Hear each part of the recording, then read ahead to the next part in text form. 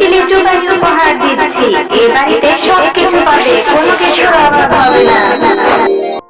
পরি, তোমাকে অনেক ধন্যবাদ আমাদের এত বড় উপকার করার জন্য। তোমার এই ঋণ আমরা কখনোই ভুলবো না। রূপনগর জঙ্গলে বাস করত শেফা শিয়ালিনী ও তার মেয়ে টুম্পা। তাদের সংসারে খুবই অভাব ছিল।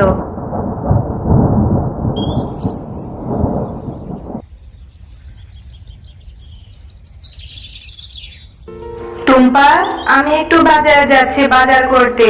তুই বাড়িতেই থাকবি, কোথাও যাবি না। বাড়িতে থেকে পড়ালেখাগুলো শেষ করে নে। আমি এখনই বাজার থেকে ফিরে আসবো বাজার করে। ঠিক আছে, তাহলে থাক। আজ একটু আমাকে তোমার সাথে বাজারে নিয়ে যাও না। আমার যে একা একা সবসময় বাড়িতে থাকতে মোটেও ভালো লাগে না। একটু নিয়ে যাও, আমি কোনো বিরক্ত করবো না। তোকে যে বাজারে নিয়ে যাব, আমার হাতে তো তেমন কোনো টাকাও নেই। যেগুলো টাকা আছে আমার তো বাজারই শেষ হবে না সেগুলো দিয়ে। আর তোকে নিয়ে গেলে তুই যে নানান রকম এটা কিনে দাও সেটা কিনে দাও করে বায়না করবি, তখন আমি টাকা কোথায় পাবো? না না, আমি বাজারে গিয়ে কোনো কিছু কেনার জন্য বায়না করব না।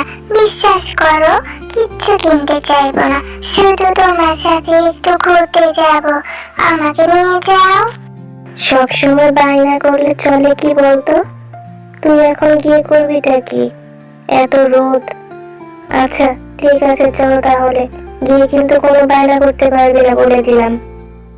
এরপর মা ও মেয়ে চলে যায় বাজারের উদ্দেশ্যে। বাজারে যখন শেফা শিয়ালিনী সবজি কিনতে ব্যস্ত ছিল, তখন টুম্পা বাঘিনীর দোকানে লিচুগুলোর দিকে ড্যাব ড্যাব করে তাকিয়েছিল। ওমা, দেখো না বাঘিনী কাকির দোকানের লিচুগুলো কত সুন্দর লাল লাল। আমাকে একটু লিচু কিনে দাও না, আমার যে দেখে খুব খেতে ইচ্ছে হচ্ছে মা। এর জন্যই তোকে আমি বাজারে নিয়ে আসতে চাইনি। আমি তো জানতাম তুই বাজারে এসেই এটা কিনে দাও সেটা কিনে দাও বায়না করতে থাকবি। এখন আমার হাতে তো টাকাই নেই, আমি কিভাবে তোকে লিচু কিনে দিব বলতো? আমার কাছে টাকা নেই। বাঘিনী কাকিমা আমাদের বাকিতে লিচু দিবে না। আচ্ছা চল তো বলে দেখি বাকি লিচু যে দিবে কিনা। দিলে তবেই নিয়ে দিতে পারবো, আর না দিলে আমার হাতে যখন টাকা আসবে তখন তোকে কিনে দেব। এ নিয়ে মন খারাপ করবি না। বাঘিনী ভাবি, আপনার দোকানে লিচুগুলো তো দেখছি কি সুন্দর লাল টুকটুকে। দেখে তো মনে হচ্ছে খেতে বেশ মজা হবে। আচ্ছা ভাবি, আমাকে একটু লিচু বাকিতে দিতে পারবেন? আমার মেয়েটার যে দেখে খুব খেতে ইচ্ছে হচ্ছে। আসলে আমার কাছে তো টাকা নেই, হাতে টাকা হলে টাকাটা দিয়ে যাব। আসলে আমার কাছে যা টাকা ছিল ওইগুলো দিয়ে বাজার করে ফেলেছি।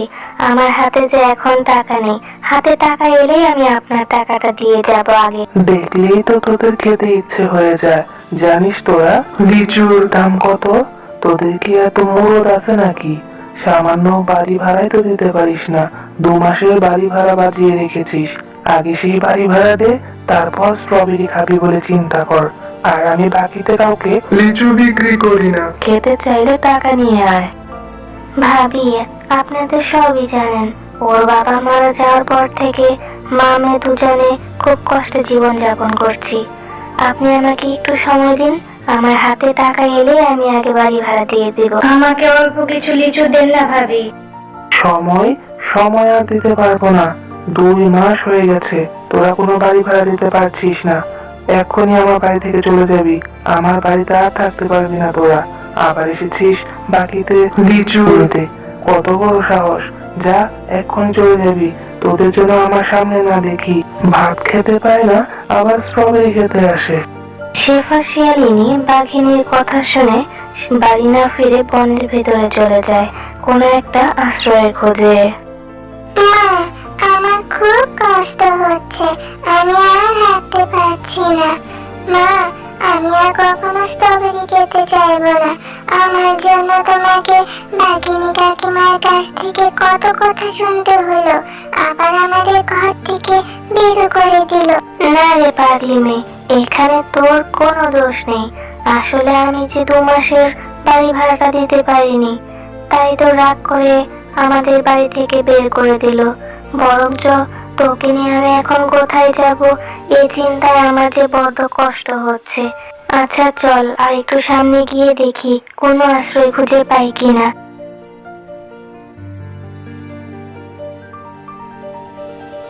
মা, ও মা, আর কত হাঁটতে হবে? আমি যে আর পারছি না। এবার যে আমার বড্ড ক্ষুধাও পেয়েছে। আমার যে খুব কষ্ট হচ্ছে।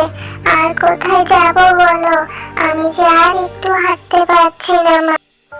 আরে আর একটু ধৈর্য ধর, দেখলি তো আশেপাশে কোনো বাড়ি ঘর পেলাম না।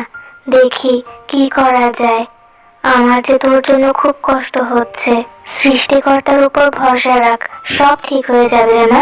ও মা, দেখো ওই গাছটায় কত বড় একটা লাল ফল ধরে আছে। দেখে তো মনে হচ্ছে খেতেও বেশ মজা হবে। চলো ওই ফলটা ছিঁড়ে খেয়ে দেখি আমরা, খেতে কেমন লাগে। আমার যে বড্ড ক্ষুধা লেগেছে, আর তর হয়েছে না। যাও মা, তাড়াতাড়ি ছিঁড়ে নিয়ে এসো, আমি আর পারছি না। আরে কি অবাক করা কাণ্ড! এ তো দেখি লেবু গাছে একটা স্ট্রবেরি ধরে আছে। কত বড় আকারের তাও! সবই সৃষ্টিকর্তার ইচ্ছে। আচ্ছা তাহলে তুই এখানে দাঁড়া, আমি তোর জন্য ফলটা পেড়ে নিয়ে আসি এক্ষুনি। এরপর শিয়ালিনী সেই লিচুটি ছুঁতে একটি মিষ্টি পরি বেরিয়ে আসে।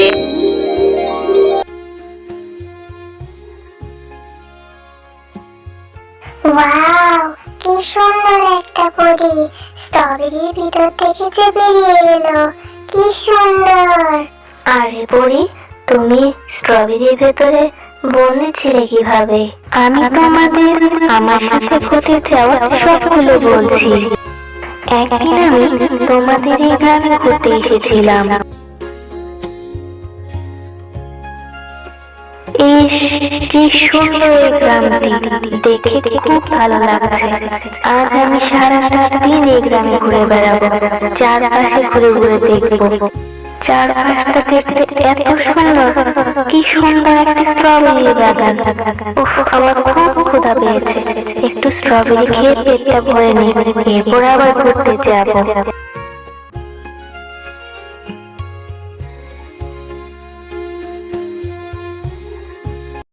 কার এত বড় সাহস আমার মাথায় ঢিল দিয়ে আমার ধ্যানটা নষ্ট করে দিয়েছে? ও, তাহলে তুই পরি এই কাজ করেছিস? দাঁড়া, তোর মজা বুঝাচ্ছি আমি। না সাধু বাবা, আমায় ভুল বুঝবেন না। আমি তো ইচ্ছে করে ফেলিনি। আমি তো না দেখে ফেলেছিলাম। আর আপনার গায়ে এসে পড়েছে যে।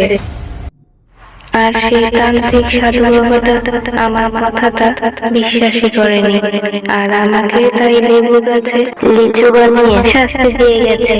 আর বলেছে কেউ যদি স্ট্রবেরিটা ছুঁয়ে দেয় তবে আমি সেই পরীর রূপ ফিরে পাবো, এছাড়া পাবো না।